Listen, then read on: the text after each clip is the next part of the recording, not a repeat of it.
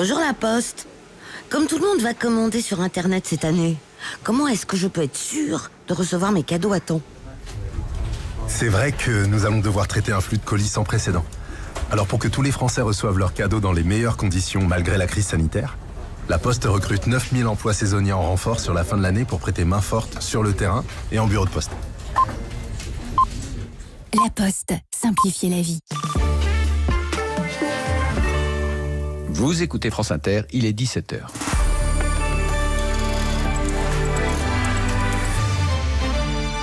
Les infos, Laetitia Gaillet. Est-ce qu'à l'avenir, la date du 9 novembre 2020 sera marquée comme étant le jour du début de la fin du coronavirus ? Si l'on regarde la réaction des places boursières à l'annonce de Pfizer et BioNTech cet après-midi, on peut se dire qu'il se passe en effet quelque chose. Les marchés se sont envolés parce que l'Américain et l'Allemand ont annoncé de nouveaux résultats intermédiaires pour leur projet de vaccin. Ils affirment qu'il est efficace à 90%. Les explications de Solène Lehen. Les deux laboratoires étaient les plus avancés dans les essais cliniques sur un vaccin contre le Covid. Ils en sont à la phase 3, la dernière, celle qui consiste à tester le vaccin sur l'être humain. Dans cette étude, qui inclut 43 000 participants, ils ont comparé le nombre de personnes contaminées par le Covid dans les deux groupes de volontaires, ceux qui ont reçu le projet de vaccin et ceux qui ont reçu le placebo. Et d'après eux, l'efficacité de ce projet de vaccin est de 90%, 28 jours après que les participants ont reçu la première des deux doses. Mais attention, il est encore trop tôt pour conclure, ce n'est qu'une première analyse intermédiaire. Et comme le disent Pfizer et BioNTech dans un communiqué, je cite, « L'essai clinique va se poursuivre et d'ici son issue, le pourcentage d'efficacité pourrait encore varier. » D'ores et déjà, les deux laboratoires entendent demander aux États-Unis une autorisation d'utilisation d'urgence dans le courant du mois. Et sitôt cette annonce aux États-Unis, Donald Trump a salué une nouvelle excellente, tout comme Joe Biden. Le patron de l'OMS, lui, salue des nouvelles encourageant tout en rappelant qu'il ne faut pas fermer les yeux face à la pandémie et ce, même si le monde aujourd'hui est fatigué. Alors en attendant l'arrivée d'un vaccin, il faut faire avec les malades qui eux sont toujours nombreux dans les hôpitaux, notamment en France, même si après 10 jours de reconfinement, les autorités annoncent un premier fléchissement, notamment en Île-de-France. Dans les Pyrénées-Atlantiques, la situation reste compliquée. Alors on cherche des solutions et plutôt que de transférer des malades à Bayonne, par exemple, eh bien on a choisi la mise en place d'un hôpital mobile. Il vient de Toulouse où Stéphane Iglesias a pu le voir. Reportage. Il avait fallu plusieurs jours pour installer l'hôpital de campagne de Mulhouse au printemps dernier. Là, c'est fait en 20 minutes chrono et ça change tout. Vincent Boune, directeur du SAMU 31. Un hôpital qui se déploie en 24-48 heures sur des victimes d'attentats, c'est pas quelque chose qui va nous être utile. Voilà. Ça a deux exigences. Premièrement, rapidité de mise en œuvre et deuxièmement, l'autonomie totale. Voilà, vous avez vu, on est relié à rien, il n'y a pas de réseau autour. Mais pourtant, on a tout ce qu'il faut. Il y a de l'eau, il y a de l'électricité, il y a de l'oxygène, il y a les brancards, il y a les patients, il y a tout ce qu'il faut. Voilà. Vous voyez, il résiste par exemple à 2 mètres de neige sur le toit. C'est prévu pour résister. Les murs sont traités contre les radiations. Thomas Pardon est infirmier au SAMU 31 et avec cet hôpital mobile, il travaille comme à la maison. Là, on a mis le minimum, mais on peut y rajouter de quoi ventiler un malade, un respirateur. On rajoute des bouteilles d'oxygène. On a tous les systèmes de perfusion, de pousse-seringues électriques. On peut accrocher les perfusions. On peut arriver à gérer un malade de réa ici. Frédéric Tribet de Cégélec Défense et Solutions précise les caractéristiques de cet hôpital mobile de 18 places. Il est complètement autonome, c'est-à-dire qu'on a dû intégrer tous leurs équipements, tout le matériel, les brancards, tout est intégré dedans, les pousse-seringues sont intégrés dedans, les respirateurs, tout est absolument intégré dedans, et les produits morphiniques aussi. L'équipement pensé pour des attentats s'adapte donc à la montée en puissance du Covid et d'autres exemplaires devraient voir le jour dans les années qui viennent. Toulouse, Stéphanie Iglesias, France Inter. Quel impact a eu le premier confinement sur les élèves de primaire ? Le ministère de l'Éducation nationale rend ce soir public les résultats des évaluations nationales effectuées en septembre chez les CP et les CE1. Ils font état en CP d'une légère baisse des acquis en français et en maths, d'un creusement aussi des écarts entre élèves d'école en REP, REP+, et les autres. Mais c'est surtout en classe de CE1 que les baisses de niveau sont plus sensibles dans le domaine de la lecture et de l'écriture. 72,6% des élèves lisaient correctement à voix haute à cette époque l'an dernier. La proportion est passée à 68% cette année. On en reparle tout à l'heure dans le journal de 18h. À l'aune de ces premiers résultats, faut-il aussi étendre aux collèges et aux écoles, pourquoi pas, l'idée de cours à distance ? Il n'en est pas question pour l'instant, mais les enseignants continuent de s'inquiéter sur les protocoles sanitaires en cours, qui pour certains ne sont pas suffisants. D'où l'appel à la grève maintenu par les syndicats demain et qui devrait toucher en moyenne 20%, notamment dans les écoles du primaire. Dans les lycées, les cours à distance, eux, ont commencé aujourd'hui. Nouveau protocole sanitaire. Alors comment ça se passe concrètement ? Céline Guetta s'est rendue dans le plus grand lycée de Rennes, le lycée Bréquigny. Reportage. Ici, avec 3200 élèves, 400 profs et presque 200 salles de cours, le travail va se faire en demi-groupe pour les filières générales. Le proviseur Philippe Debré a opté pour cette solution avec les enseignants. Là, on est sur une alternance lundi, mardi, mercredi, le groupe A d'une classe. Jeudi, vendredi, le groupe B, et la semaine suivante, on inverse, ce qui fait que les élèves, sur les 2 semaines, ont eu leur emploi du temps d'une semaine. Et quand ils sont à la maison, les lycéens n'ont pas de cours à distance, mais les enseignants doivent leur fournir du travail de préparation à réaliser.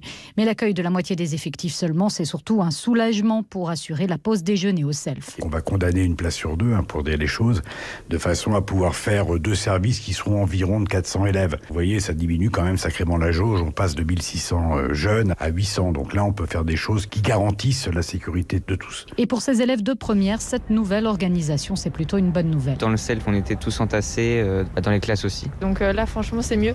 Après, on n'est pas avec nos amis, mais bon, c'est mieux comme ça. Il faut être très autonome pour suivre les cours à distance, c'est plus compliqué. On essaye de faire du mieux qu'on peut, et puis je sais que le corps enseignant, en tout cas, il donne tout ce qu'il peut. Oui, ils sont très courageux. Ils essayent de faire en sorte que tout se passe bien. Pour ces enseignants et leurs élèves, cette nouvelle organisation est actée au moins pour les 2 prochaines semaines. Céline Guettaz, le procès de Jonathan Daval aura lieu à la date prévue du 16 au 20 novembre prochain. La cour d'assises de Haute-Saône a rejeté aujourd'hui la demande de ses avocats qui mettaient en avant la situation sanitaire. Jonathan Daval sera jugé pour le meurtre de sa femme Alexia en 2017. Enfin, elles auraient plus de 1000 ans, paraît-il. Des archéologues israéliens ont découvert 4 pièces d'or pures dans la vieille ville de Jérusalem. Elles ont été trouvées lors de travaux de fouilles près du mur des Lamentations. Elles étaient dans une petite cruche. Les pièces datent donc de la fin du 1er siècle après Jésus-Christ et c'est la première fois depuis 50 ans qu'une cage d'or de cette période-là est découverte à Jérusalem. 17h06 sur Inter. Ce soir sur France Inter, Michel Vinocq est dans l'heure bleue. 20h, Laura Adler. Cet historien, enfant de la République, spécialiste de l'histoire des gauches, raconte dans son nouveau livre intitulé Jours anciens, son enfance et son adolescence. L'heure bleue, l'espace des possibles. Du lundi au jeudi, sur France Inter, à partir de 20h. Institut Curie. Être le premier centre de recherche et de soins en cancérologie, c'est être à la pointe de la lutte contre le cancer. Être le premier centre de recherche et de soins en cancérologie, c'est proposer aux patients les traitements les plus performants et les mieux adaptés. Être le premier centre de recherche et de soins en cancérologie, c'est innover en permanence et pousser toujours plus loin le progrès scientifique. Institut Curie. Ensemble, prenons le cancer de vitesse. Et c'est par Jupiter sur France Inter et c'est maintenant. Oui, Laetitia Gaillet, il y a même une petite subtilité aujourd'hui. C'est un petit peu un par Jupiter contact. Il paraîtrait, j'entends parler de ça. Il paraîtrait qu'on est chez nous, chacun comme vous savez, comme au printemps. Bon, je vous laisse découvrir. Allez, bon courage. Et je vous dis à demain. Salut Laetitia. Salut.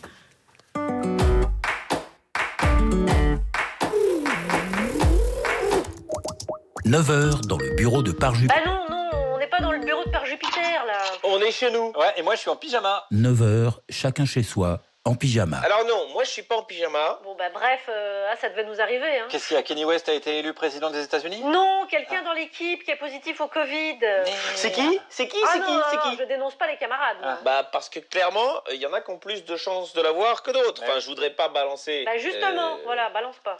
En tout cas, c'est le retour du Skype, hein. Et des making-of. Et des questions des auditeurs. Et des douches 1 jour sur 3. Oui. Voilà, en gros, on reprend par Jupidémie en enregistré au moins quelques jours. Alors attends, aujourd'hui c'est pas par Jupiter, c'est ça? Non, mais demain oui, hein. Demain c'est Jupiter. Ouais. Mais non, puisqu'il y a des cas contacts, enfin, on va pas faire venir un invité dans l'émission dans ces conditions. Oui, faut pas prendre de risques, bah oui. Alors le mieux, pour prendre aucun risque, c'est une idée que j'ai eue, on fait pas l'émission du tout. Ah c'est pas con ça. Si, c'est complètement con, parce qu'on sait très bien faire, je vous signale, hein. On l'a déjà fait pendant le premier confinement. Ouais, et on le fera pendant le 3e confinement. Ah non, parle pas de malheur, Alex. Bon c'est parti alors, par Jupiter à la maison, action. Par Jupidémie, Guillaume. Ah oui.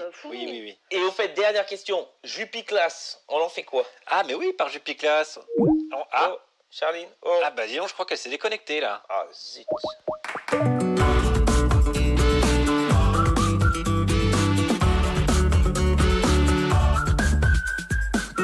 Bonjour la France interne. Vous écoutez le laboratoire d'analyse de la blague. Et voici la devise du jour. Vis comme si tu devais mourir demain. apprends à télécharger Skype comme si tu devais recommencer les émissions en distanciel. C'est une phrase de Gandhi quand il demandait l'heure du rendez-vous pour l'apéro Skype. Bonjour Juliette Arnaud. Bonjour Charline. Ah, rien ne vous fait plus peur, pas même les 1600 pages du Vicomte de Bragelonne, le dernier volet de la trilogie des Trois Mousquetaires où l'on croise le jeune Louis XIV et une hypothèse sur le masque de fer, mais surtout les mousquetaires. Hein. C'est toujours, dis-moi, celui qui vit par l'épée finit toujours par la recevoir dans le cul. Salut Guillaume Meurice. Bonjour les jeunes. En attendant de pouvoir retourner embêter les gens dans la rue, vous renouez avec les auditeurs, c'est eux qui ont la charge de vous embêter. Ils ont déposé des questions sur un répondeur, questions auxquelles vous répondrez parce que vous adorez ça, la preuve. Mais j'en sais rien, moi. Arrête avec ces questions là tout le temps des questions. Ça te fatigue pas toujours poser des questions tout le temps? Bonjour Thomas Croisière. Bonjour Charline. Vous êtes confiné à Paris cette fois. Alors pour voyager loin, vous proposez un voyage au centre de la Terre, le film d'Henri Lévin qui date de 1959, adapté du roman de Jules Verne, roman de voyage, qui vous rappellera peut-être votre dernier séminaire de 2 mois. Voilà pourquoi nous n'allons pas partir 2 mois, mais uniquement 5 semaines en camping-car pour se remotiver entre collègues et trouver des solutions pour sauver la cogip du naufrage. Alex Vizorek, vous m'entendez? Oui, très très bien, Charlie. On pensait qu'on ne revivrait pas ça. Et puis oui, mais il y a une toute belle équipe pour vous soutenir, une belle équipe de cas contact. Je vous propose celui qu'on voit arriver grâce à 3 lettres, comme le PCR, mais il fait moins mal. C'est VDB, le Thomas. C'est moi, Thomas VDB. Je vous confirme que c'est moi qui vous parle. Je suis ravi de vous retrouver. Et aujourd'hui, je vais vous parler des complications. De toutes les complications qui font qu'on doit faire cette émission à la maison. Je m'attends au pire. Ensuite, nous aurons celui qui, comme par hasard, fait son retour le jour où on doit rester chez nous. C'est André Manoukian qui nous enverra sa chronique musicale. Enfin, celle qui pourrait nous faire croire qu'elle est au Burkina Faso alors qu'on sait tous qu'elle est dans le 77, c'est Roukiata Ouedraogo. Coucou les amis. Salut, de quoi on va parler? Salut. Aujourd'hui je vais vous parler de mon 2e confinement. Ah bah, c'est un très bon sujet d'actualité. Ajoutez à cela un journal d'opinion, des exercices trublions, un dessin de champion et vous obtenez l'épisode 1 de la saison 2 de Jupidémie à la maison. Oui, alors reculez 2-3 cases et retournez à la case prison. Je traduis. France Inter, Charline Vanhoenacker, Alex Vizorek, par Jupiter. Nous sommes donc intégralement reconfinés, chacun chez soi, comme au temps du Parjupidémie de printemps. Alors qu'on vous explique, un chroniqueur du mercredi a été testé positif au virus 19. Et alors, malgré le respect des gestes barrières, que nous respectons bien sûr tous les jours au bureau, et le port du masque, on passe toute la journée ensemble dans un endroit clos, et puis on déjeune aussi, c'est vrai. Donc, et on a préféré, ça c'est un moment critique, le déjeuner. Et donc, on a préféré ne prendre aucun risque, et donc, jusqu'à ce qu'on se fasse tester, cette émission est réalisée chacun chez soi. D'autant qu'on a appris, attention, que rigoler est un facteur aggravant pour la projection de postillons. Notamment pendant le déjeuner. Donc, faites attention chez vous, hein. Enfin, chez vous, au boulot.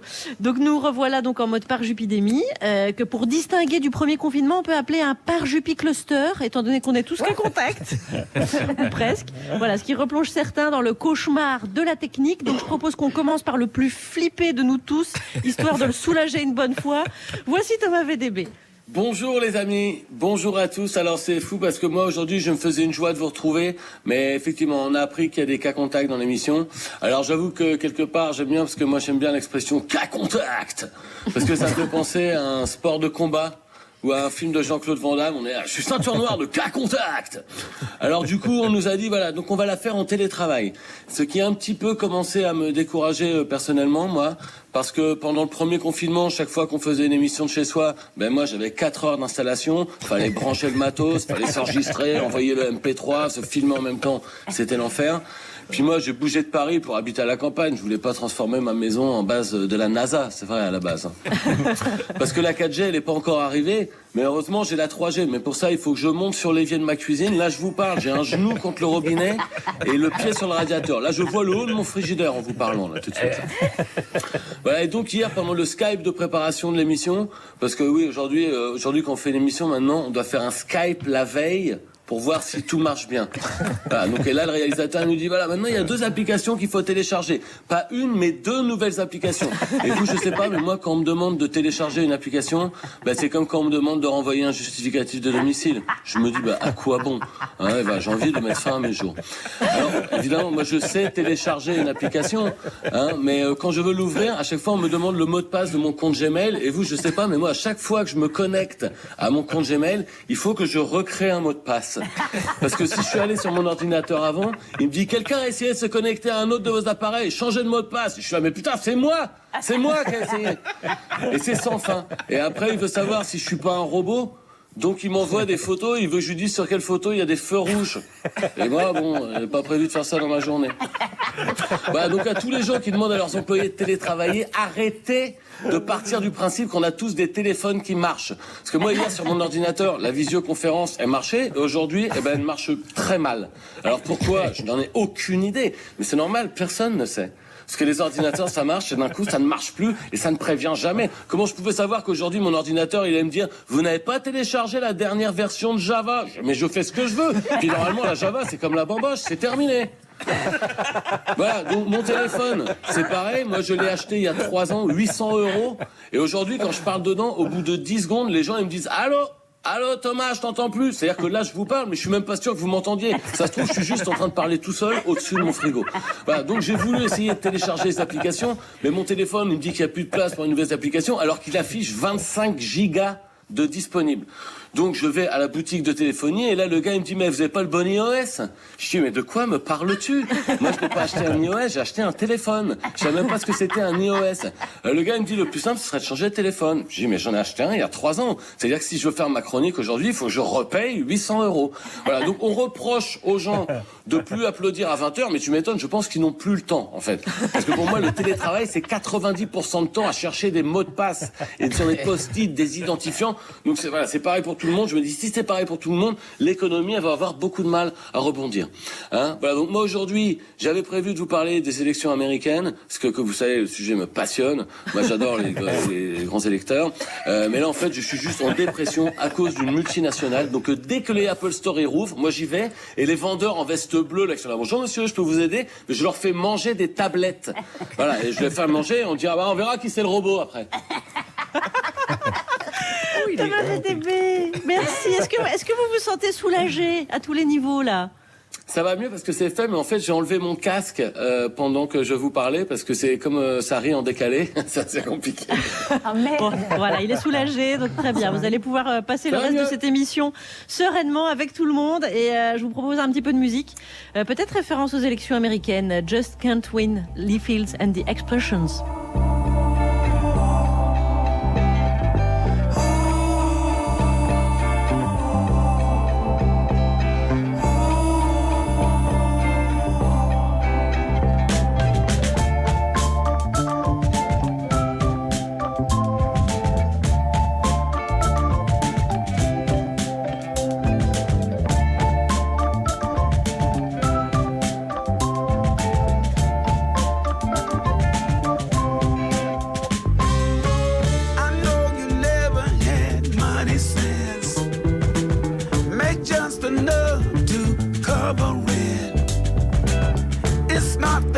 That's got you feeling spent.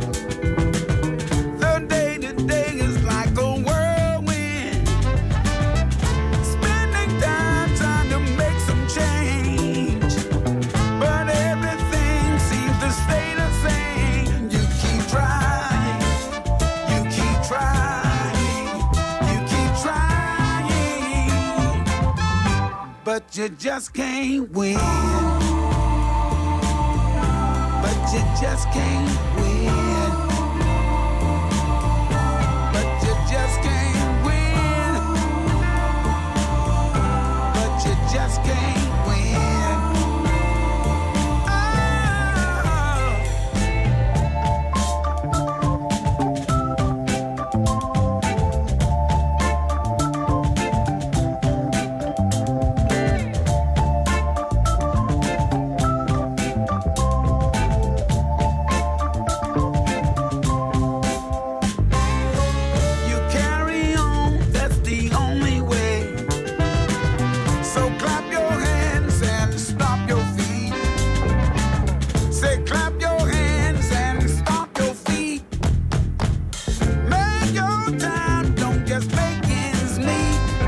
êtes sur France Inter, en léger différé, vous écoutez Par Jupi Cluster, une émission de chroniqueurs et d'animateurs cas contact.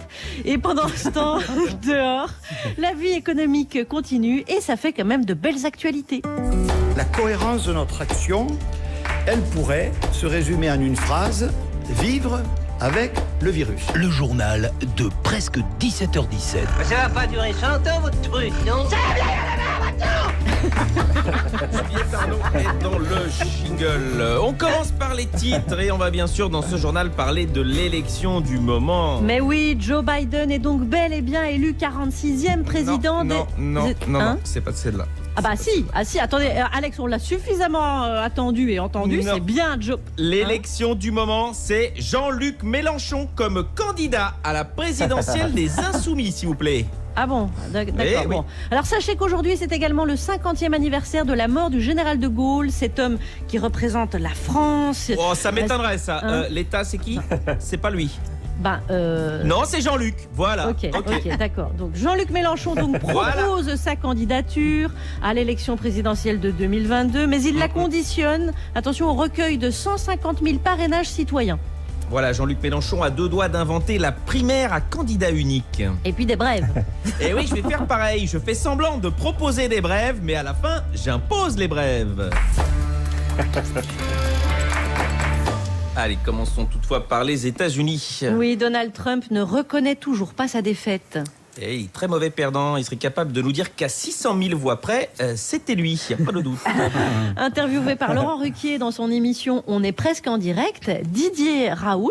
Un Marseillais sûr de lui. Est-ce qu'on pourrait pas plutôt parler de Jean-Luc Mélenchon? Non, Alex, on va pas faire une spéciale Mélenchon, ok? Donc je reprends. Didier Raoult a déclenché une nouvelle polémique en déclarant que le gel ne servait à rien. Et moi, j'ai pas compris cette polémique. Il a enfin décidé d'arrêter de donner son avis en matière de pandémie et de se concentrer sur quelque chose qu'il maîtrise vraiment mieux, à savoir les conseils capillaires. Le gel ne sert à rien. Jean-Luc Mélenchon, à présent hier au JT de TF1, il a notamment déclaré « Il faut allumer une lumière pour qu'on se dise qu'il y a un bout du tunnel qu'on peut faire autrement. » Voilà, alors normalement, il y a un bout du tunnel, sinon ça s'appelle une grotte. Passons à Patrick Montel qui a annoncé qu'il quittait France Télévisions à 67 ans. Oui, alors que Jean-Luc, à 69 ans, il y retourne. Je ne sais pas si on en a déjà parlé. Voilà, 2 salles, 2 ambiances. Oui, non, alors attendez, on parle de Patrick Montel, le commentateur sportif, là. Oui. Et il va nous manquer, notamment, déjà, ses connaissances en géographie. Jimmy Vico, face à sa destinée. On pense forcément à Guillaume Tanon, son entraîneur, et puis aux Antilles, qui ont tant donné pour... Alors, il n'est pas antillais. Non, ça dit rien. Mais c'est bien de le signaler. Mais moi, je suis un peu citoyen du monde, donc j'ai tendance à mettre... Voilà.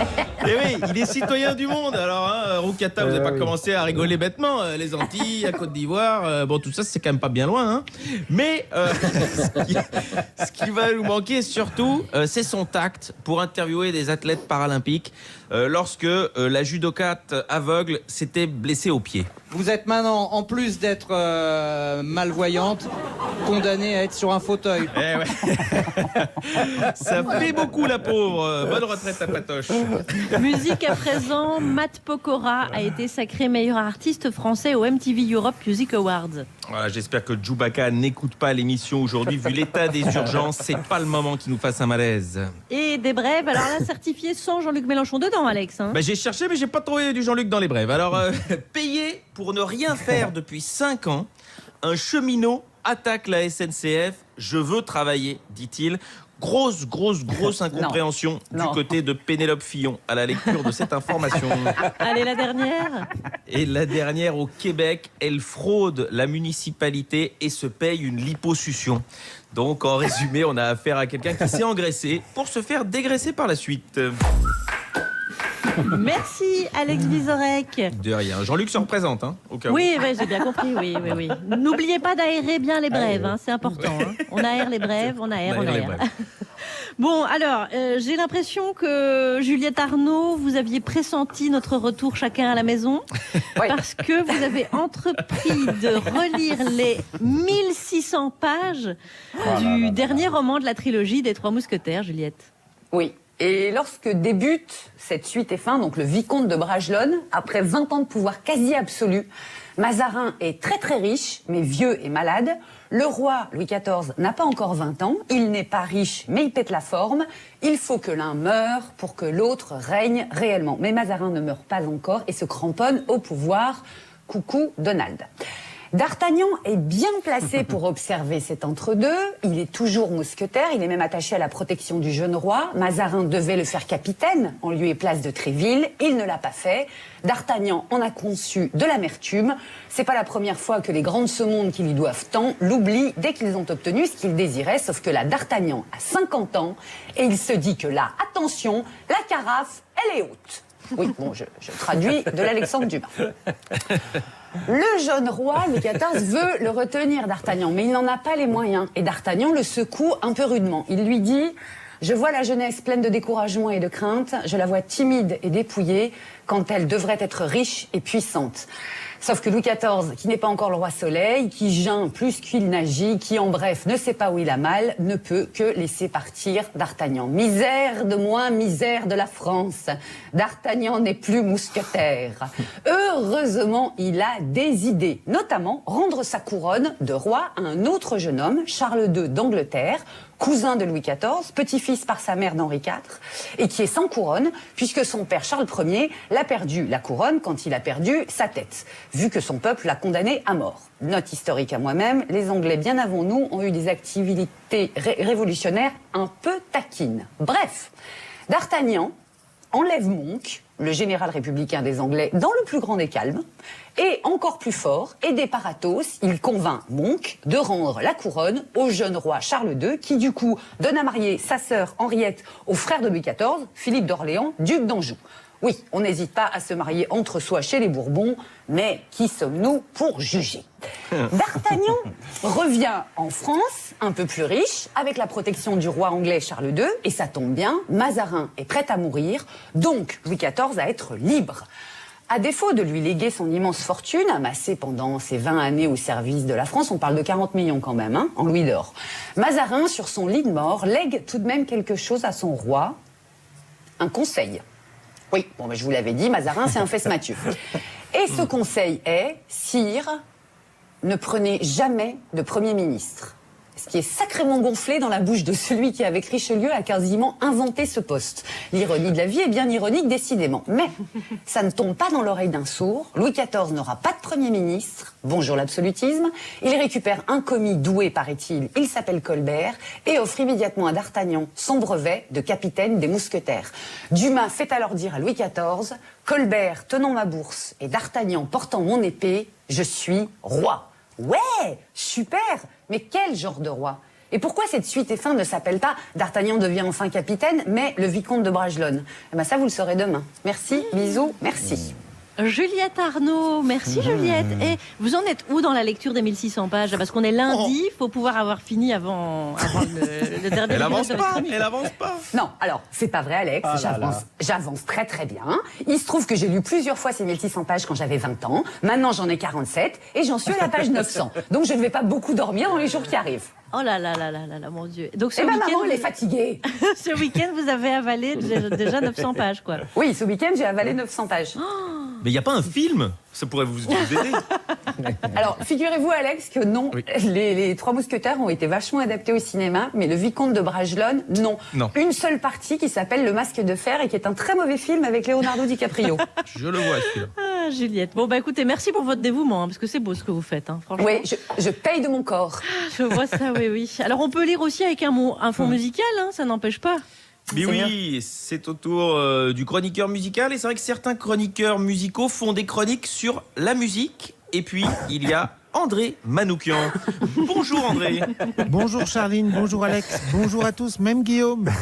Aujourd'hui, on va faire atelier musique et religion.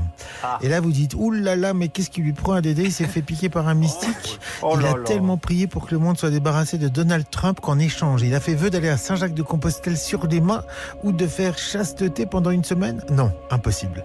Je parlais de la deuxième proposition, bien sûr, la première, avec un peu d'entraînement. Une des réalités de la musique, c'est qu'elle mêle deux courants a priori contraires, la spiritualité et le cul, le sacré et le sucré.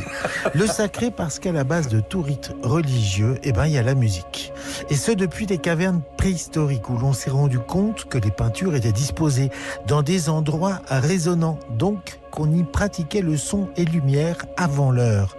Le sorcier dans les tribus premières convoque les esprits à l'aide du tambour, le prêtre égyptien chante dans la pyramide pour guider l'âme du défunt vers l'au-delà, les rabbins choisissent le meilleur chanteur pour interpréter les psaumes et toucher Dieu, les moines unifient l'église catholique grâce au chant grégorien, le muezzin appelle à la prière en chantant. Si vous avez bien remarqué, dans toutes ces religions que je viens de nommer, les seuls qui chantent sont des hommes. Les femmes n'ont pas le droit de chanter. C'est même pour cette raison qu'on va utiliser les castrats dans l'église catholique, pour avoir des voix d'ange sans utiliser les filles. Et ce, jusqu'au XVIe siècle. Et là, révolution. Un certain Martin Luther fait deux choses. Il lit la Bible et il dit « Eh les gars, vous l'avez bien lu le bouquin ? Ils sont où les saints ? Et Marie, elle a qu'une page et demie. Vous rejouez le culte de la déesse Isis, là. Et cette histoire de s'acheter sa place au paradis quand on fait partie du CAC 40, c'est où ? Par contre, c'est bien écrit qu'on ne doit pas s'agenouiller devant des statues, ni représenter d'images divines. Iconoclaste, ça s'appelle. Allez, zou, on réforme. Plus d'images, plus de statues dans les temples protestants. Or, en ce temps-là, en Europe, les gens sont dans le même état que la population du Middle West aujourd'hui, c'est-à-dire complètement illettrés. Comment représenter le divin si on n'a plus droit aux images ? La musique, répond Luther, la musique. Et là, bam, révolution, ce n'est plus le prêtre seul qui chante, mais toute l'assemblée avec les femmes. Et on chante ce refrain qui te plaît, on chante en chorale, on chante à l'unisson, on chante à plusieurs voix. Le chant devient l'instrument de propagation de la nouvelle religion qui va toucher toute l'Europe du Nord, par extension l'Amérique du Nord et ses populations africaines. La pratique des cantiques console les esclaves noirs et leur donne l'espoir qu'un jour, eux aussi, sortiront du joug de Pharaon. Et ces mêmes esclaves vont petit à petit, en dehors du culte, remplacer les paroles bibliques des cantiques par l'expression de leur souffrance quotidienne. Certains crient au blasphème, pendant que d'autres inventent le blues sur la musique des cantiques. Démonstration, voilà un cantique, plus près de toi, mon Dieu. Guillaume, chantez avec lui.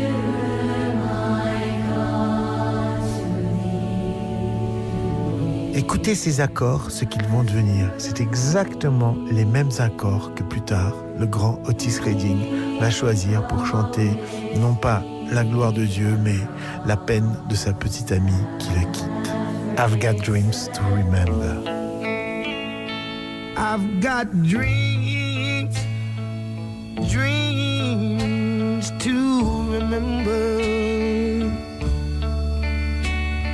I've got dreams, dreams to remember.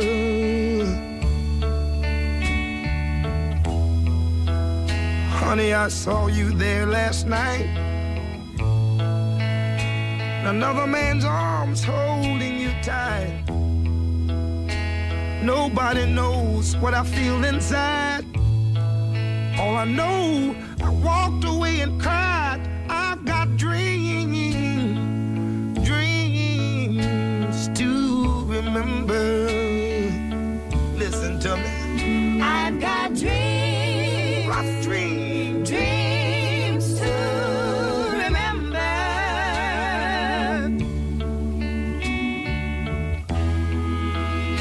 I know you said he was just a friend, but I saw him kiss you again and again. These eyes of mine, they don't fool me. Why did he hold you so tenderly? I've got dreams, dreams to remember. Listen, honey. I've got dreams, rough dreams, dreams to remember.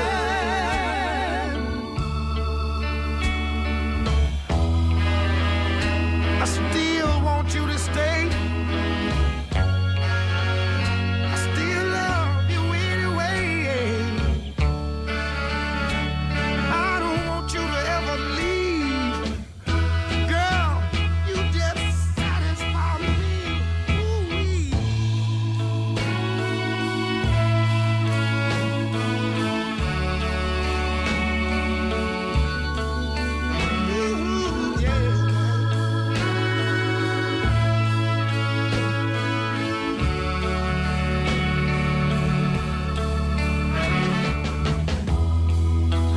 know you said he was just a friend, but I saw you kiss him again and again.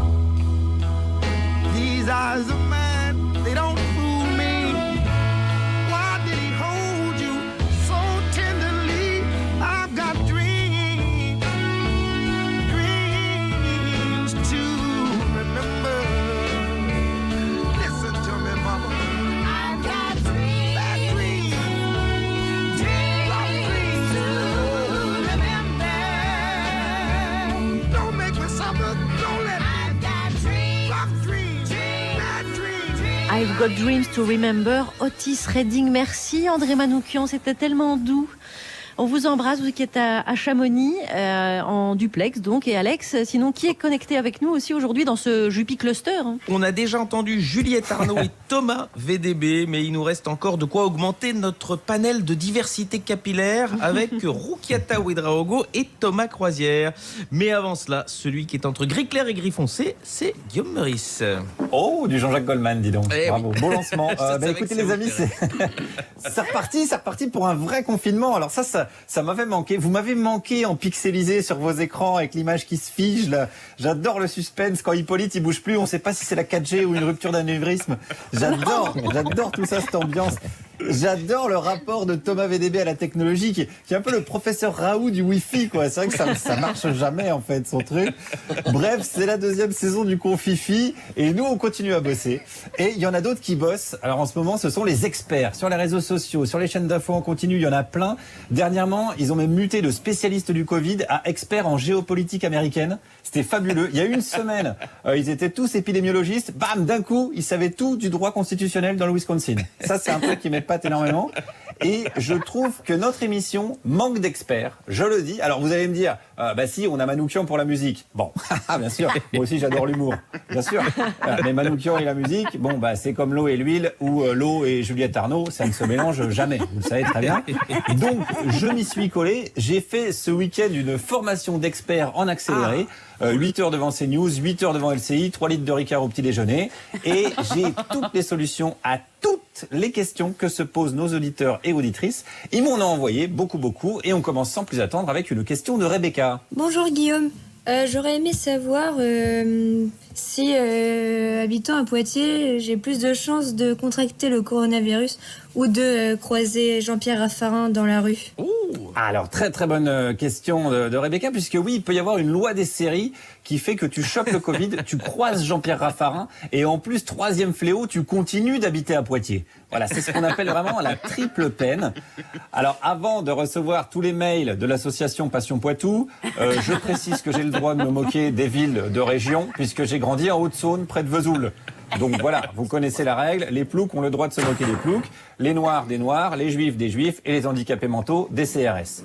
On enchaîne directement avec une deuxième question de Nicolas. Salut Guillaume, salut à tous. Je voulais savoir un truc. Alors, est-ce que tu préfères être lamentable et rester seul chez toi au chômage devant Netflix mais en bonne santé ? Ou alors commencer très rapidement à faire de l'argent au travail, mais peut-être avoir l'opportunité d'attraper le virus. Moi, je pense que la question elle est vite répondue, mais ton avis m'intéresse. Bisous. Bisous Nicolas. Alors bisous en distanciel, bien sûr. Bisous en distanciel Nicolas. En ce qui concerne la question, elle a été vite répondue par le ministère de l'économie et des finances, qui a fait des études très poussées pour se rendre compte que le virus ne circulait ni en transport en commun, ni en open space. Le virus, finalement, est comme le BDF. Le virus aime la thune, il faut le dire. D'ailleurs, a-t-on déjà vu Geoffroy Roux de Bézieux et le virus dans la même pièce ? À vérifier. En tout cas, il y a un air de ressemblance. On enchaîne avec une question de Isabelle. Je voulais savoir pourquoi ma fille, qui a 16 ans et qui est abonnée à un club de tennis, n'a pas le droit d'aller toute seule au club taper la balle contre le mur alors qu'elle est en extérieur et toute seule donc. Et j'apprends que les chasseurs, eux, ont le droit d'aller tirer leurs balles dans les bois. Est-ce qu'il faut que je suggère à ma fille d'aller au tennis avec une carabine ?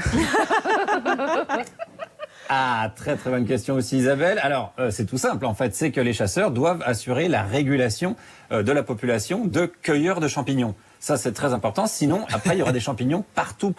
On aura une forêt qui ressemble à un cabinet d'urologie au Cap d'Agde fin août. Vous voyez ?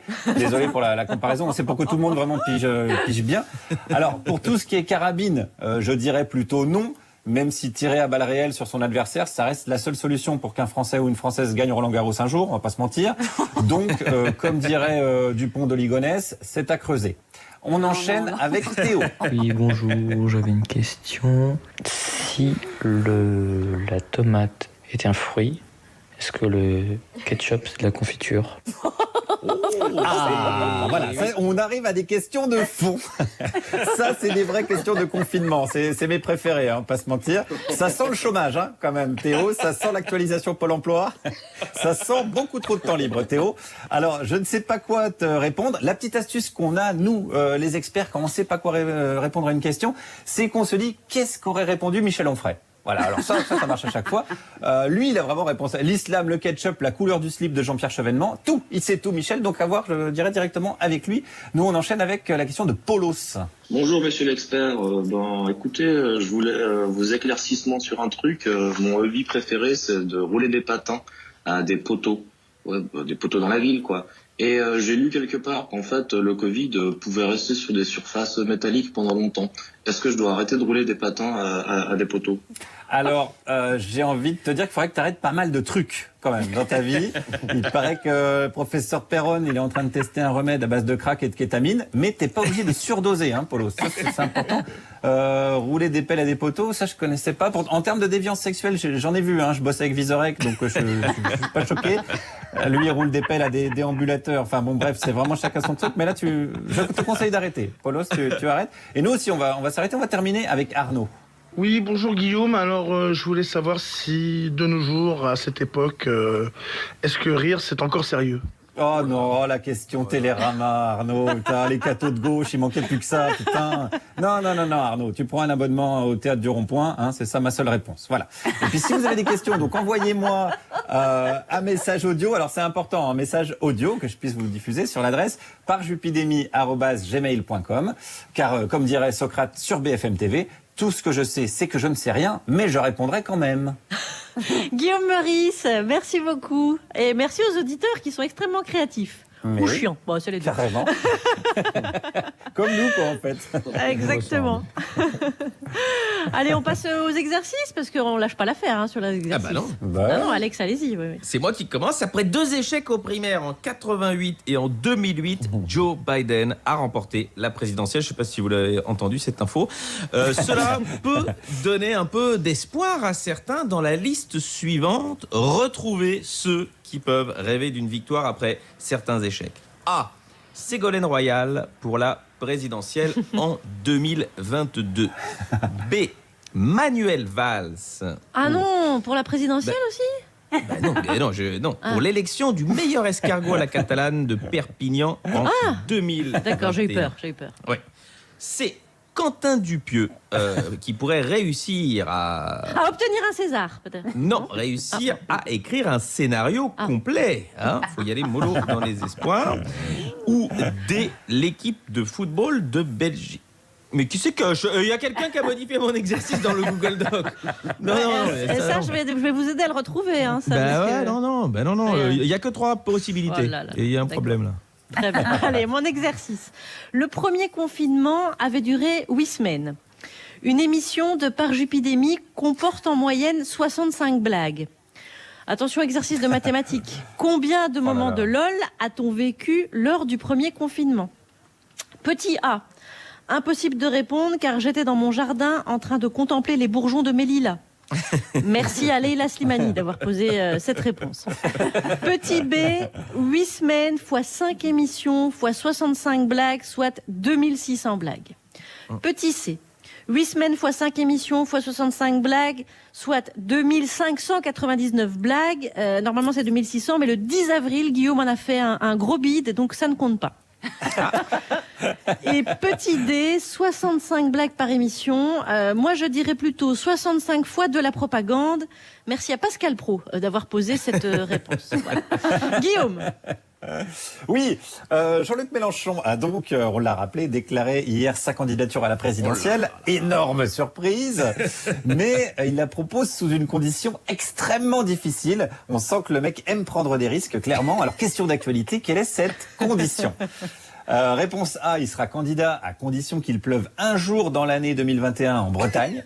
Voilà, c'est bretonophobe, mais c'est quand même toujours rigolo. Réponse B, à condition d'être légitime et soutenu par l'ensemble de la gauche pour faire une belle union. On a le droit de rire un petit peu. Réponse C, à condition d'obtenir 150 000 soutiens populaires. Oh là là, ça serait vraiment une ambition incroyable. Ou réponse D, à condition de changer de nom et de se nommer Christiane Taubira. Merci Guillaume. Allez, il y a aussi une conteuse dans l'équipe. Do not count, lui aurait dit Trump. Mais non, c'est une conteuse d'histoire. Oui, c'est confinement, deuxième confinement, ça va pas bien. Il y a un jeu de mots polyglotte qui vient de il est bien. Du coup, je il suis est géopolitique et tout. Non, vous êtes déstabilisé parce que vous n'aviez pas écrit votre lancement, je le vois sur le Google Doc. Vous avez vu comme je suis vif. Eh ouais, c'est juste écrit Alex, il a oublié son lancement. Que Patrick Montel appelle la martiniquaise de la chronique, Roukiata Ouedraogo. C'est moi. Allô, tonton? Oh, tonton, ici c'est la mouise complète. Je suis désespérée. Mais que se passe-t-il, ma nièce? Mais c'est le confinement en France, tonton. Tu n'es pas au courant? Le confinement, hein? Encore? Oui, les gens restent à la maison, les universités sont fermées. Non. Ah si, les commerces aussi sont fermés. Tous les commerces? Non, seulement les commerces non essentiels. Bah, du coup, l'économie s'effondre. Aïe, aïe, aïe, aïe, aïe, aïe. Et alors, ton spectacle s'est arrêté? Bah oui, non seulement les théâtres, les salles de concert et les cinémas sont fermés, mais figure-toi qu'ils ont fermé les librairies aussi. Mais c'est la mort de la culture, tonton. Et je ne te parle même pas des hôpitaux, hein, qui vont bientôt saturer. Mais dis-moi, pour les librairies, là, puisque les vieillards, c'est des bibliothèques, il faut sortir les vieux des EHPAD et les renvoyer dans leurs familles pour que leurs enfants profitent de leur sagesse. Oui, si tu veux, tonton. Mais tu sais, je crois que le concept de Amadou Ampateba du vieillard bibliothèque n'a pas été bien assimilé ici, hein. Ah bon? Dommage, hein. Bon, si je résume, vos lieux de culture sont fermés, votre système éducatif en souffrance, vos hôpitaux au bout de leur capacité, votre économie en berne et vos commerces à moitié ouverts. Ah bah, cherche pas, hein, ma fille. Ça veut dire que la France commence à ressembler à notre village. Ah, c'est pas drôle, ça, tonton. Et en plus de ça, dans les magasins, les gens dévalisent les rayons de pâtes et de PQ. On dirait la fin du monde, tonton. Faire du stock de PQ? Mais c'est comme ça qu'on gère la fin du monde en France? Oh bah oui, si on veut partir vers l'au-delà avec le cul propre, ah, ça se défend. Ça se défend, ma fille.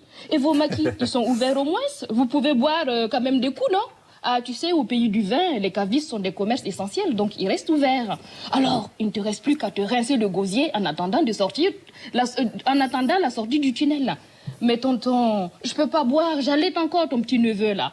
Ah, ça c'est bien ça, ma fille. Et il a combien de mois? 7 mois. 7 mois? Ah ben, moi j'ai tété ma mère jusqu'à ce que toutes mes dents de sagesse tombent. Hein. Je me souviens quand j'ai eu 15 ans, ces pauvres bras ne pouvaient plus me porter. Alors je m'accrochais à son dos et elle balançait son sein par-dessus son épaule pour que je puisse téter quand même. Tonton, toi aussi. Ah si. Et à partir de mes 30 ans, c'est moi qui la portais pour pouvoir téter. Oh, tonton, arrête. Dis-moi, tonton, j'ai besoin de ta sagesse en ces temps troublés, là. Je t'écoute, ma fille. Dis-moi, toi qui as eu 10 enfants, là, tu penses que je peux picoler et donner du sein en même temps? Ah, c'est ta tante Théophrastine qui a de l'expérience, hein, avec sa fécondité de dingue, là. Attends, que je lui demande. Théophrastine, viens ici. Alors? Ah bah, elle dit qu'elle a élevé nos 10 enfants à la bière de 1000 et il lui semble qu'ils ne sont pas moins idiots que ceux des voisins. Mais avec le vin, elle ne sait pas trop. Ah, d'accord, tonton. Excusez-moi, Roukiata, je suis perturbée, c'est le premier Jupi Cluster. Merci beaucoup, Roukiata Ouedraogo. Je vais tâcher de reprendre mes esprits en écoutant Dany. Je suis dingue. Tout le monde dit que je suis dingue. Mais il y a que toi qui me distingue. Oui, de tous les autres dingues. De toute façon, j'ai un flingue. Alors rangez vos seringues.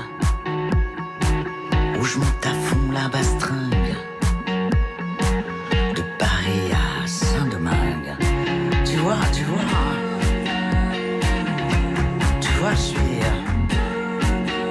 suis dingue. Tout le monde dit que je suis dingue. Je mets ma robe en meringue. Quand je suis la bringue.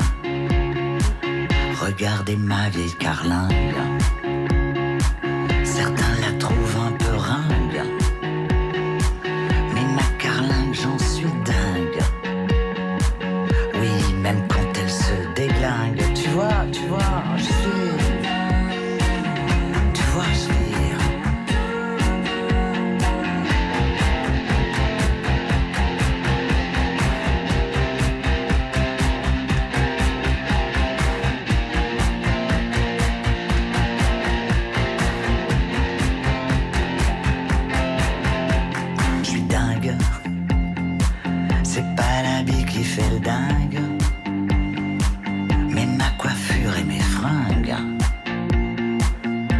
je m'en sers pour faire du gringue. Tu vois, je suis complètement dingue. Tout le monde dit que je suis dingue, mais y a toi qui me distingue. Oui, de tous les autres dingues. Tu vois, je suis. Tu vois, je suis. Tu vois.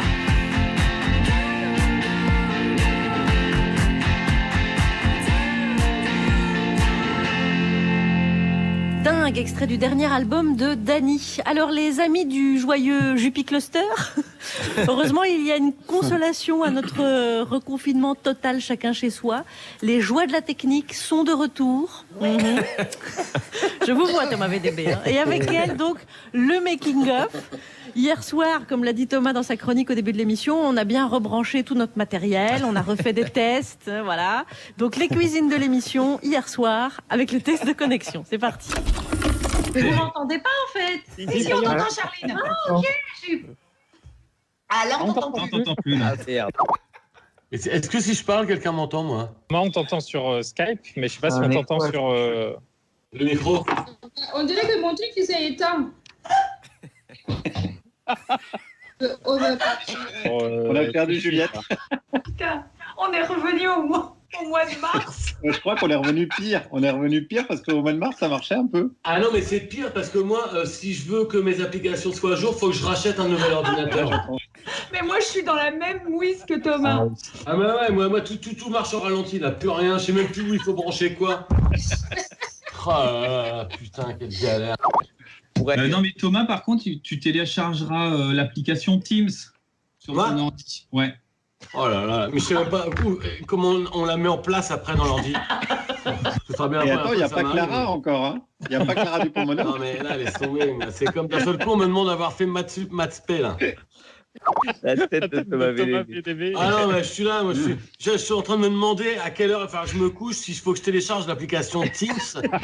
Je n'ai jamais téléchargé une application sur mon ordi.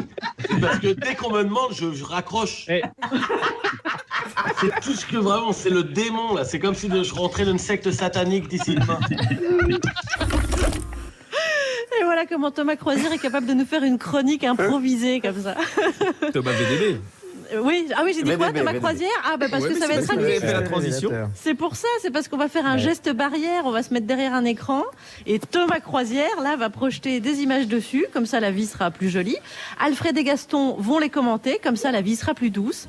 Et puis on pourra tous crier vive le cinéma à la fin. Cas contact avec mes explorateurs scolarisés, je leur propose parfois la séance de Thomas Croisière. Et hier, c'était... Voyage au centre de la Terre de Henry Levin. Pas le nanar 3D de 2008, mais le film de 1959, triplement nommé aux Oscars. À l'écriture, Charles Brackett, lauréat de 3 statuettes pour ses scénarios, dont Sunset Boulevard de Billy Wilder.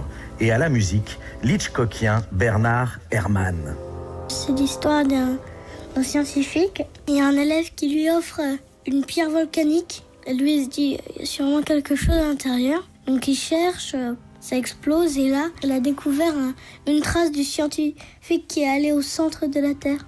Et donc, lui, il veut aller au centre de la Terre. Sur les traces du professeur Arne Saknussemm. Il part alors en Islande, au cœur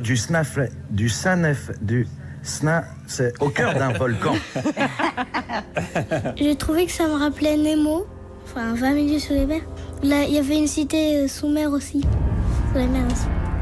Comme je t'aime, toi, parce que Voyage au centre de la Terre est adapté du roman de Jules Verne et que les scénaristes prirent la liberté d'y ajouter une scène de découverte de l'Atlantide, comme dans 20 000 lieues sous les mers. Ils changèrent aussi les ichthyosaures et les plésiosaures en dimétridons, car c'était plus facile pour les effets spéciaux. Tu prends des iguanes, tu leur colles une crête, et hop, le tour est joué. J'ai trouvé que c'était très impressionnant, il y avait beaucoup d'idées scientifiques. Mais c'est adapté de Jules Verne, je te dis, un obsédé de la documentation scientifique. Tu te rappelles les tartines d'explication de 20 000 lieues sous les mers et les calculs dans De la Terre à la Lune? J'ai bien aimé Voyage au centre de la Terre, mais pas autant que le livre. Moi, j'avais pas lu un livre, donc j'ai découvert. J'ai trouvé très astucieux toutes les idées, comment ils sortent et tout ça. Mais Chut, mon chéri, on ne sait pas s'ils vont atteindre le centre de la Terre et ressortir par le Stromboli. Pour l'instant, ils suivent de mystérieuses encoches. J'ai bien aimé l'énigme en fait, avec les traits, les marques, le message. Des énigmes, des explorateurs, des dinosaures. Il ne manque plus qu'un chanteur populaire pour séduire les plus jeunes. Ah bah tiens, si on offrait un rôle à Pat Boone. You better come home, Speedy Gonzales, away from Tannery Road. Stop all of your drinking with that blue Cinempo. En 1959, Pat Boone est aussi gros qu'Elvis. Enfin, pas physiquement, commercialement.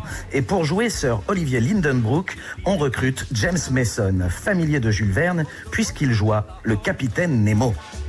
Moi, mes personnages préférés, c'était le canard et l'écossais. Juste, moi aussi, j'ai bien aimé un passage où en fait, ils étaient dans un tourbillon. Et en fait, le canard, il s'en fout tant qu'il est dans son panier. il bouge pas, il s'affole pas, non. Dans son panier, il est tranquille, il s'en fout. Et j'ai trouvé ça triste quand le canard, il est mort. Gaston, arrête de spoiler. Si ça se trouve, Gertrude la canne, qui est aussi une invention des scénaristes, elle va revivre. Elle va recoller ses petites plumes, refixer sa petite tête à son petit coucou. Tu sais, tout est possible au cinéma, même voyager au centre de la Terre. Alors, bon film et vive le cinéma! Ouais, merci Thomas Croisière, Alfred et Gaston. Quel plaisir de vous retrouver. Ça a une saveur en plus quand on est reconfiné. Merci les garçons. On va passer au dessin pour terminer cette émission. Le Vendée Globe a pris le départ hier. Et vous savez que les bateaux sont entièrement peints aux couleurs de leurs sponsors. Des sponsors des skippers, donc aux couleurs d'une marque, d'un produit. Imaginons que tu prennes le départ du Vendée Globe et que ton sponsor soit une marque de slip. Alors dessine ton bateau aux couleurs de la fameuse marque de slip par Jupislip. Et poste ton dessin avant demain 14h puisqu'il y aura un nouveau Parjupidémie, enfin un Parjupi Cluster en attendant de se faire tester. On vous retrouve demain. Merci à tous les amis et merci aussi à Radio France. Un merci tout particulier à Grégory Wallon à la technique aujourd'hui et nos deux réalisateurs François Audouin et Clément Nouguier pour cette première avec les nouveaux moyens techniques. Merci pour leur mise en place tout ce week-end d'ailleurs à Emmanuel Perrault, Pascal Vestrelin et les techniciens qui nous ont installé le matériel à la maison. Et donc pour ceux qui étaient à la maison, soyez prudents en rentrant du boulot. Allez, excellent. Vive le clic. N'oublie pas ton attestation pour le collecte et en attendant de se faire tester demain. J'y vais mais j'ai peur. L'argent, c'est fait pour circuler. Mais il y a un sens de circulation qui fait du bien, là où va votre argent. Qui agit là où vous voulez agir. C'est ce que vous propose le Crédit Coopératif.